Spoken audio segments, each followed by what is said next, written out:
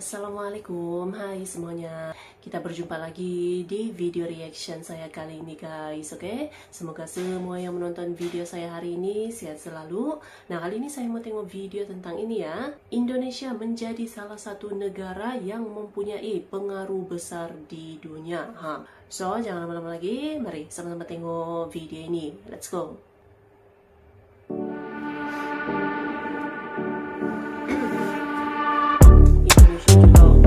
Indonesia jadi salah satu negara paling berpengaruh di dunia.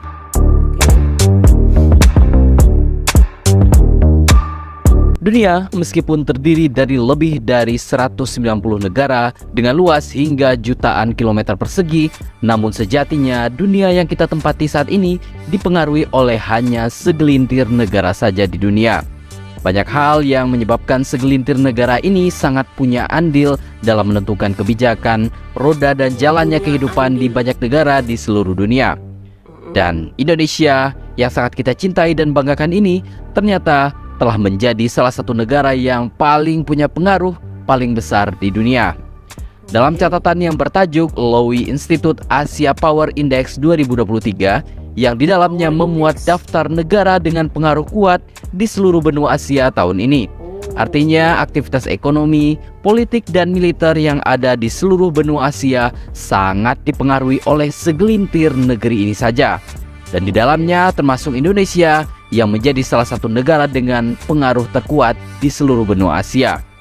Dalam daftar tersebut sudah tidak diragukan lagi dua negara superpower pemimpinnya, yaitu Amerika Serikat dan Cina, menjadi negara paling berpengaruh di Asia dengan perolehan poin masing-masing 80,7 dan 72,5.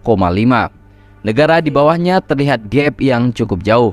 Amerika Serikat merupakan negara adidaya di Asia setelah menenteng tren penurunan yang berkelanjutan untuk mencatat kenaikan tahunan pertamanya dalam kekuatan komprehensif pada tahun 2021. Skor keseluruhan Amerika Serikat sempat turun sebesar 1,5 poin pada tahun 2022, sekaligus mencatatkan skor terendahnya dalam edisi Asia Power Index tahun lalu. Di bawah Amerika Serikat dan Cina, ada negara Jepang dengan level pengaruh 37,2. Kemudian diikuti oleh negara India dengan skor pengaruh berbeda tipis, yakni 36,3. Negara beruang merah Rusia ternyata juga menjadi negara yang punya pengaruh paling besar terhadap Asia, yakni di posisi 5 dengan skor 31,6. Tetangga di selatan Indonesia, yaitu Australia, ternyata tetap menjadi negara yang punya pengaruh kuat terhadap benua Asia meskipun jumlah penduduknya relatif kecil, yakni berada di posisi 6 dengan skor 30,9. Negara asal K-pop Korea Selatan membayangi Australia sebagai negara yang punya pengaruh yang tak bisa diragukan lagi terhadap benua Asia dengan skor pengaruh 29,5 atau di posisi 7. Selanjutnya, si kecil-kecil cabai rawit tak membuat negara ini menjadi kerdil juga.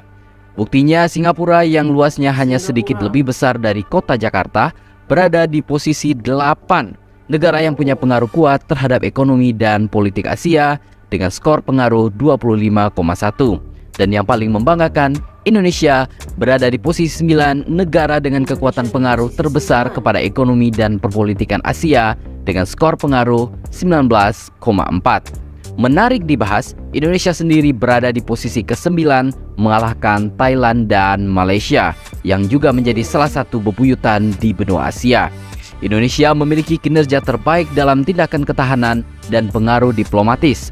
Kendati demikian, ukuran terlemahnya adalah kemampuan militer dan jaringan pertahanan. Selain itu, untuk kategori pengaruh diplomasi, Indonesia terus menunjukkan pertumbuhan yang kuat, mencerminkan peran pentingnya di ASEAN dan sebagai ketua G20 pada tahun 2022 yang lalu. Indonesia memberikan pengaruh yang sedikit lebih besar di kawasan ini, mengingat sumber daya alam yang begitu berlimpah seperti pertambangan, perkebunan, hingga membuat Indonesia unggul dalam hal ekspor komoditas tersebut. Dengan sumber daya yang ada, bahkan Indonesia tengah berjuang untuk meningkatkan derajatnya dari negara berkembang menjadi negara maju.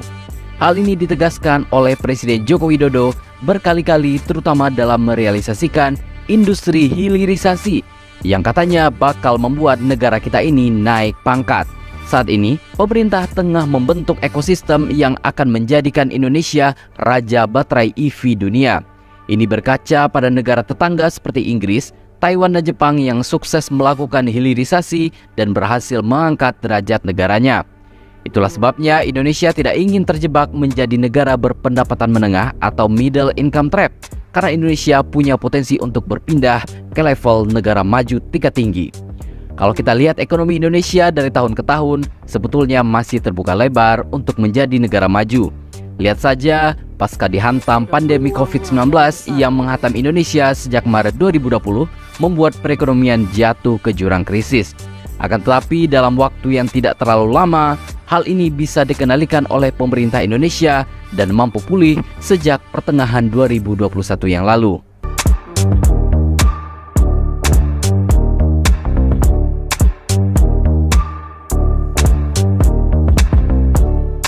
Wah, Indonesia semakin membanggakan dan kita harapkan semoga pengaruh Indonesia terhadap benua Asia dan juga dunia tentunya bisa terus meningkat, minimal berada di ranking 5 dalam beberapa tahun ke depan.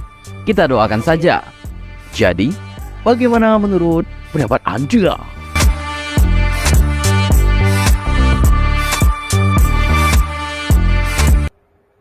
Oke guys, jadi tadi ya videonya ini ya. Jadi Indonesia masuk dalam 10 besar gitu ya. Negara dengan pengaruh yang besar di dunia ini ha. Dan dia punya pengaruh diplomasinya ya masih terus mengukuhkan gitu.